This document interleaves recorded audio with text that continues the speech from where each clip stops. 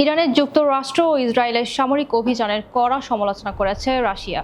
দেশটির পররাষ্ট্র মন্ত্রণালয়ের মুখপাত্র মারিয়া জাকারোভ দাবি করেছেন, এই অভিযানের শেষ পর্যন্ত শোচনীয় পরাজয় হয়েছে ইউনাইটেড স্টেটস ও ইসরায়েলের।